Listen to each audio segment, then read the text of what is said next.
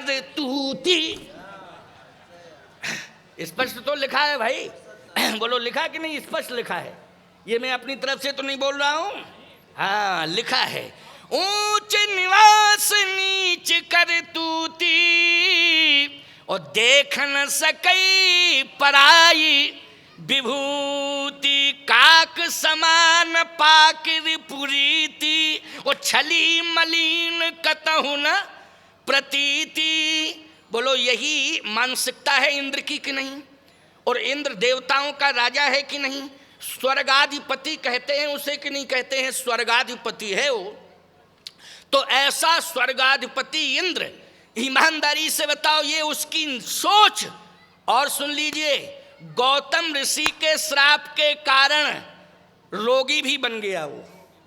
गौतम ऋषि के श्राप के कारण इंद्र क्या बन गया? रोगी बन गया।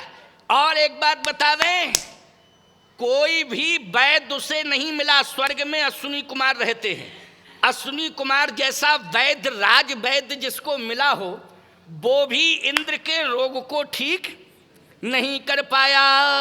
इंद्र के रोग को ठीक नहीं कर पाया। क्यों? ये रोग मिला किससे था? बोले भोग से। और भोग में भी कई प्रकार की क्वालिटियां हुआ करती हैं प्यारे। उसमें भी संकेत मिलता है कि वो काम रज से प्रेरित था। कौन सी रज से?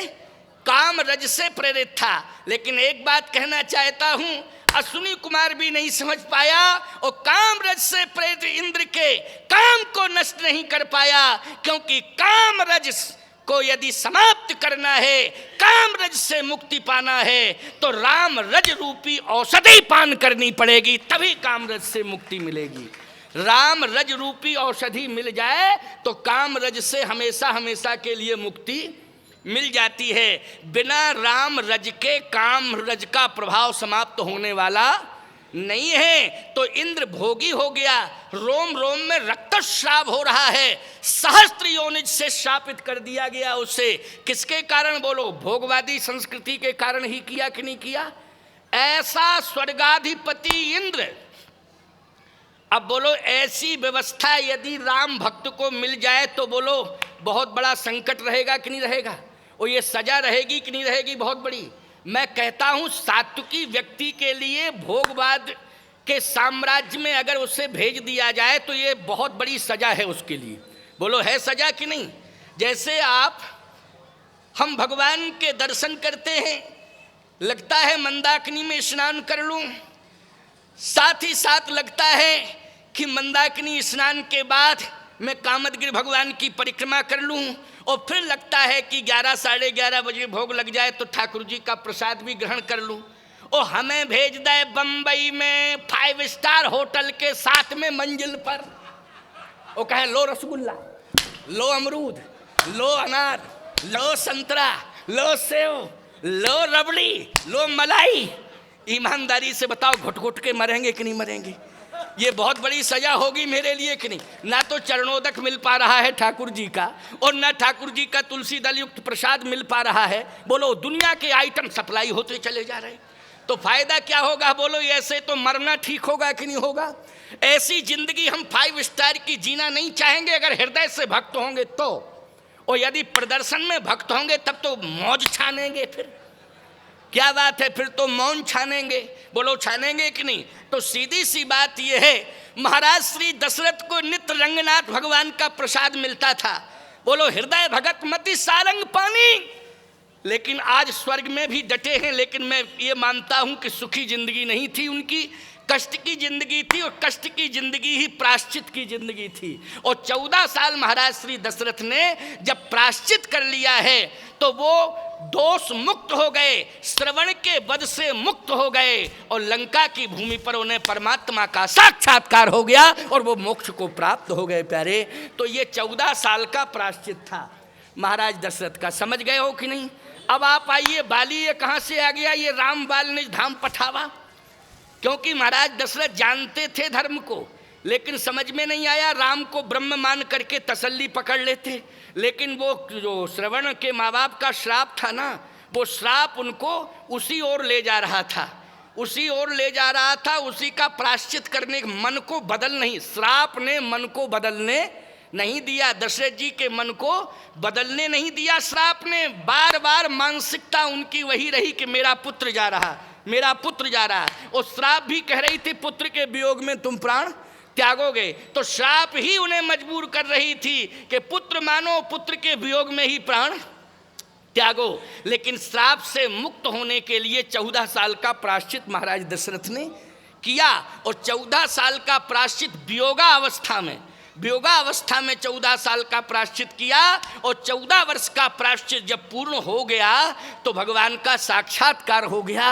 और तनय बिलोक नैन जल छाए, बोले मेरे बेटे की प्रतिज्ञा पूर्ण हो गई, लेकिन आज मुझे ये अनुभव हो गया कि मेरे बेटे का रोम रोम ब्रह्म है, इसलिए मेरा बेटा ब्रह्म है, ब्रह्म है, ब्रह्म है। वो बेटा बन के आया है, वो बेटा है नहीं, वो बेटा बन के आया लेकिन वो बेटा है नहीं, रोम रोम ब्रह्म है। और ऐसा अनुभव करते हुए महाराज श्री दशरथ को मोक्ष मिल गया। मिल गया कि नहीं, दोबारा में मोक्ष मिला। अच्छा, एक और अंतिम बात आपको बता दूं, ये बाली का प्रायश्चित क्या है?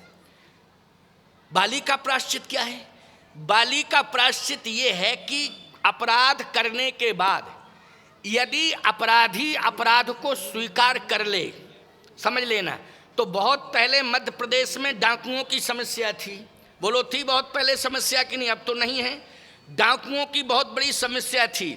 सरकार ने ऐलान किया था कि जो भी डाकू अपने अपराध को स्वीकार कर ले वो आत्मसमर्पण कर दे, और शर्त यह है कि उनकी पुनरावृत्ति न करे आत्मसमर्पण के बाद, तो उनको बड़ी से बड़ी सजा से मुक्त कर दिया जाएगा। बोलो भाई, मुक्त कर दिया जाएगा उनको, और उनको विशेष सुविधाएं भी दी जाएंगी, जैसे जीवन जीने की, जीवन यापन के लिए जमीन जायदाद या धंधा बिजनेस आदि आदि, किसी को पेट्रोल टैंक दे दिया, किसी को जमीन दे दी, फार्म हाउस दे दिया। बोलो दिया डकैतों को कि नहीं? कुछ डकैत तो अभी भी जिंदा हैं, वो हमसे परिचित हैं। परिचित का मतलब ये मत समझना कि उनके संगे हम भी फरार थे पहले, नहीं, ये अर्थ लगाने लगो कि महाराज परिचित हैं तो आप पुराने समय में उन्हीं के साथ थे, फरार क्या?